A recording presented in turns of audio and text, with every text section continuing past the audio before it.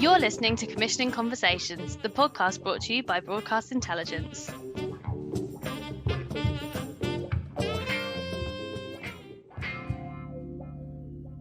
Hi, and welcome to Commissioning Conversations. I'm Alice Redman. And I'm Lizzie McDonald. And we are both reporters and researchers for the Commissioner Index. This week, we are talking all things crime, true crime documentary to be exact. Yep. Listen up as we discuss all the fascinating findings from our true crime panel last week, which featured Dan Louw from Channel 5, Diana Carter from A&E, and Winona Meringolo from Discovery. So, hi, Lizzie. Hi, Alice. This week, you hosted your first ever panel and absolutely smashed it. How did you find it? I really enjoyed it. I mean, I was super nervous beforehand, of course, but the commissioners were really cool and they were also very informative and they answered each question thoroughly. So that was a big help. And I think anyone who watched it would have a really good idea of what each of them are after. For sure. So before we discuss some of the true crime remits, let's discuss our Greenlights of the week. So my green light of the week is American Ninja Warriors Junior by Peacock.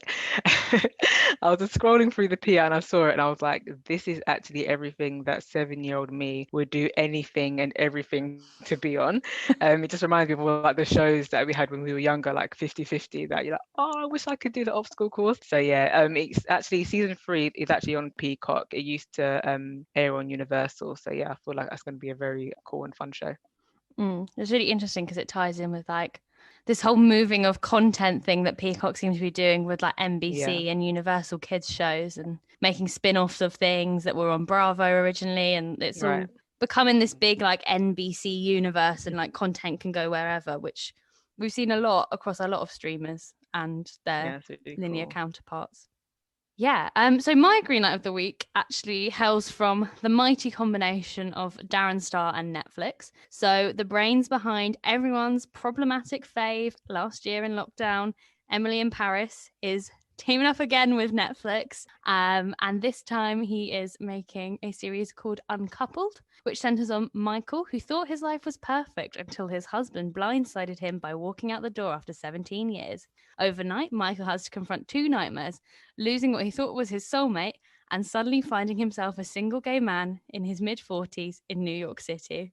And I find it really interesting, like concept, but he's also writing it and exec producing it with Jeffrey Richman, who is a Modern Family producer. And I think they are actually together as well in real life. They're a couple. So I think that's going to be really interesting.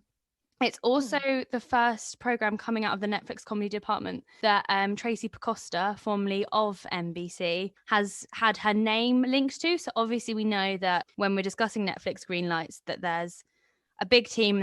Netflix, when they do their press releases, they don't tend to say, you know, Tracy Pacosta's commissioned this, but she had with the press release, she had a comment talking about, you know, working with Darren again and all of this after Emily in Paris. So I'm going to say this is her first commission in the new role. So yeah, and Tracy Pacosta has an amazing portfolio of stuff that she did at NBC, you know, Brooklyn Nine-Nine, This Is Us, you know, lots of really like defining shows. So I'm excited to see what her as a commissioner on this show brings to the table. And also I'm just excited to see more from Darren Star, because he also created everyone's original problematic fave, Carrie Bradshaw and Sex and the City. If I could have looked up to anyone more as a child, it would have been Carrie Bradshaw. Probably why I wanted to be a journalist. I mean, I'm not quite writing $4 a word for Vogue, but you know, we're living the dream. I've actually never seen Sex and the Sea. I've never watched an episode. I think I've watched the second movie. I just didn't care. That's so brutal, but I love it. It's dated. Like, watching it back now, there's things that are like, really? No. How did you get away with it? Some of the things you're like, oh, what? But I think it's like one of those things where it's just nostalgic for me, because I remember being like a kid and it being something that I wasn't really allowed. I really wasn't Yeah. allowed to watch because it was called Sex in the City and scandal and yeah. So very here for this new series from Darren Star. Yeah, that sounds like a very good show actually, and I know it's going to be funny because if someone created Modern Family and had a hand in Brooklyn Nine-Nine, I love those shows. Yeah. This has to be There's a something strong great. catalogue behind these people, and I feel Yeah. like maybe they could avoid some of the blunders and the criticisms that Emily Mm. in Paris faced. Another show I haven't seen. Well, it was interesting. It was very fluffy and very light, but it had a lot of issues with its portrayal of like Paris and French people. Okay. It was a very I did hear that. Yeah. It was quite a whitewashed version of Paris as well. And I think, if they're taking that kind of thing on board with this new series, I think, the world is their oyster. So You live and you learn. Indeed. So now on to true crime. We had 3 amazing speakers at our true crime event last week. Dan Louw from Channel 5, Dana Carter from A&E, and Winona Meringolo from Discovery. Yep, it was really nice to hone in on a genre and really hear all of the interesting things that are going on at each of their channels. So let's take a listen.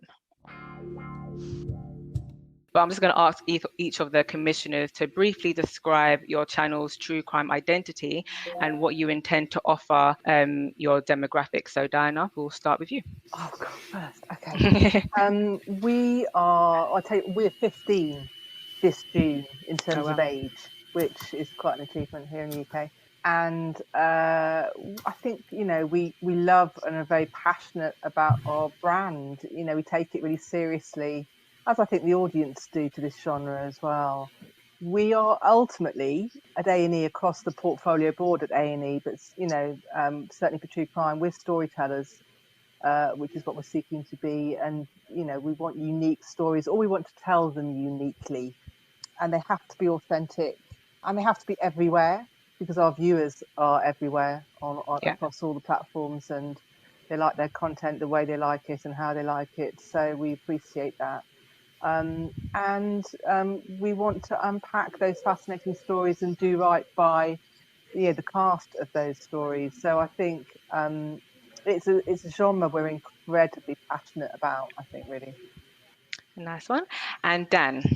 Well, I think the demographic of the channel has changed quite a lot in the last year or so. The last 2 years, the last 10 years, but certainly in the last year or so, we've expanded our profile for almost all the demographics. We have a more upmarket audience than we did probably a year or so ago. We have an audience that's probably sort of skews a bit more sort of female than male. And those demographics specifically love true crime. I think one of the things that sort of has happened as the kind of quality of our output generally has kind of gone up, and as we've sort of increased budgets in certain areas, the approach to true crime has completely changed. Previously, it was something that we used to really do as a sort of 10 o'clock anthology thing. We used to sort of jam 3 or 4 stories together, and there would be stories with a sort of heavily moralistic element to them, Britain's most evil, this, that, or the other. Now we do something that's a lot more blue chip. Now we do something that's a lot more complex, and we can't really act as though our audience hasn't seen A&E, Netflix, or Discovery Plus. We have to basically incorporate everything everyone else is doing really well. We've had to try and find our way of doing it. And I think in the last year or so, and in the next year or so, I think we're launching some exciting, new, interesting stuff. Great. And Winona?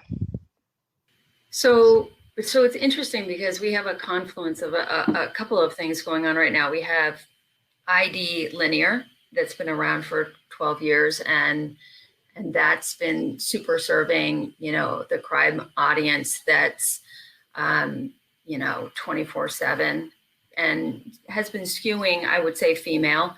And then we have Discovery Plus that's just launched this year, right? And that's an audience that also is very, very passionate about true crime. Okay. So, the focus is on high quality, distinctive, brand defining content. I think we've all seen that audiences want daring, premium, provocative, inventive programming. And that's across, any portfolio, that any one of us are talking about here, across, linear, podcasts, streamers.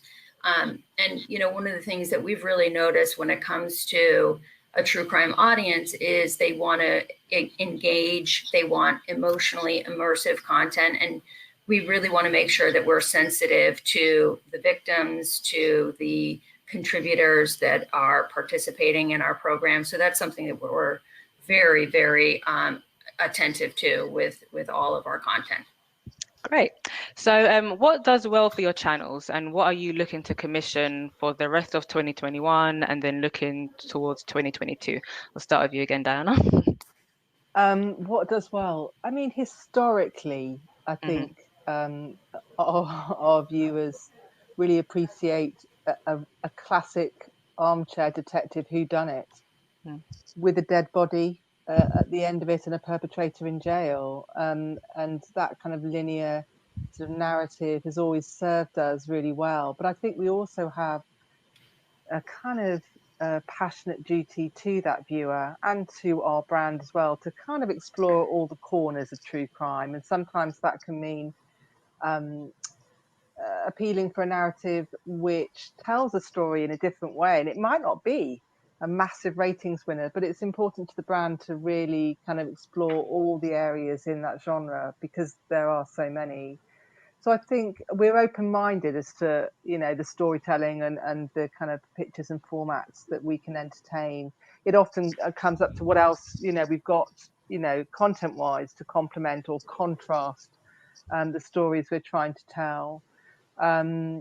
And so really quite annoyingly, actually, as a portfolio, we don't have, we often get approached for our brief and we don't really have one. It really does depend on where our kind of focus is at that given time. I mean, the plus side of that is that we're open to every conversation, and that's a genuine statement. You know, if any producer of any kind of scale has a passion and an authenticity about, you know, a true crime idea, we're absolutely waiting to hear it. So we don't have any specific needs, wants. It's true crime. It's close contact interviewing, to Winona's point. You know, we don't really have, you know, we don't want the person who heard about it. We want the person who lived through that experience. And that's really important, because we, you know, we have a duty of care to tell that story really well. And we want to speak to the people who it's been impacted or who have been impacted by it. So I think there are various sort of brand filters would apply to any format, like you know, all of us. But no specific ones, but true crime and authentic stories told in a really interesting and provocative, to use your word, Winona, you know, way. I think that's really key. Great. And how about you, Dan? Well, I think there's broadly sort of two main categories as to stuff that we're looking for, because this is the stuff that we've noticed tends to do well. There's the kind of slightly more traditional, well-known stories where the audience has got an unresolved issue with it, never quite figured out who did it, what really happened there. I think good example, and those are stories that we'll tell again when there's a new twist or take on it. The disappearance of Shannon Matthews, we did recently. That was the highest rated factual launch on My5 that we've ever had by quite a long way. It did sort of about 2.5 million average over the course of 2 nights, and was just enormous both on linear TV and on My5. The Lost Boy, The Killing of James Bulger, also did a huge massive business, and those would be examples of stories that the audience kind of knows but still feels like they kind of want more answers to. And when we can provide those answers or ask some different questions, we're always interested in doing that. There's a few sort of stories that are tended to be a little bit further down the chain that don't loom quite as large in the audience's mind, where people have tuned in for them. We did the Susie Lamplugh murder back in December, did really well, really interesting new take and interesting new evidence that made it into the sort of news sections of the newspapers. So I think those kind of well-known stories with a new hypothesis or take, we're interested in them. But then I think, like Diana says, we're always also interested in stories that really, really put the viewer in the middle of it, and the chance, stories they don't necessarily know, but which they feel like they can solve. There's a body on the ground and there's a load of clues lying around them, and they can argue the toss with their friends. Things like Murder in a Small Town, which isn't a particularly well-known story, but it was kind of possibly the wrongful conviction of Luke Mitchell. That did really well. 2 years ago, the disappearance of Charlene Downs did an example of that. The audience really got to play detective on that, and we've got quite a lot more of that stuff coming up. So that's an area we're moving into more and more and more. But those stories, when I get pitched something like that, an unknown story with a good take for the audience to really get their teeth into, you know it straight away. And yeah. Great. And Winona. We're looking for several attributes when it comes to storytelling. We're looking for multi-layered crimes that expand beyond murder. Of course, sadly, murder happens to be the highest stakes when it comes to storytelling. But one of the misconceptions when it comes to true crime on Discovery Plus and ID is that we only cover murder stories, and that's not the case anymore, and it hasn't been for quite some time. We still need compelling, high stakes, complex stories, so that we can really unpack them over the course of, whether it's an hour or, multiple hours. We need all those twists and turns and red herrings and all that good stuff. We're really looking for interesting, unique characters, whereas before maybe, it was a detective that would lead you through and it was from the case files. Now we have, I would say, very distinctive characters. And, we have one that is in a clip coming up. Maybe it's more of a cautionary tale that we're going to explore.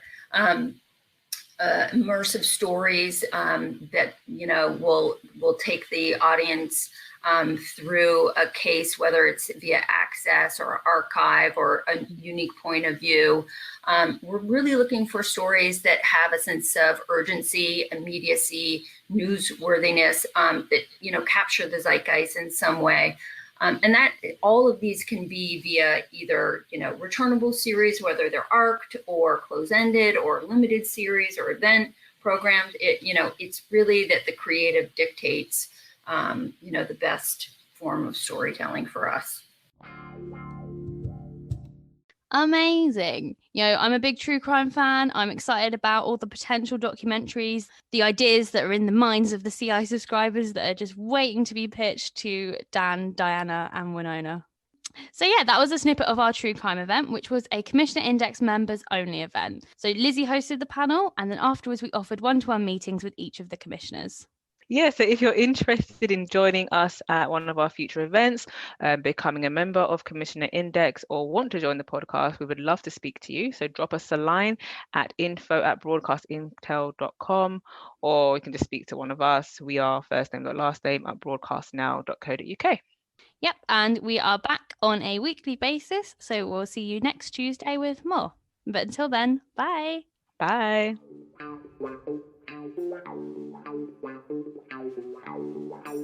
Thanks for listening to Commissioning Conversations. We'll be releasing new episodes every other week, and you can find us on Spotify, Apple Podcasts, YouTube, and at broadcastintel.com.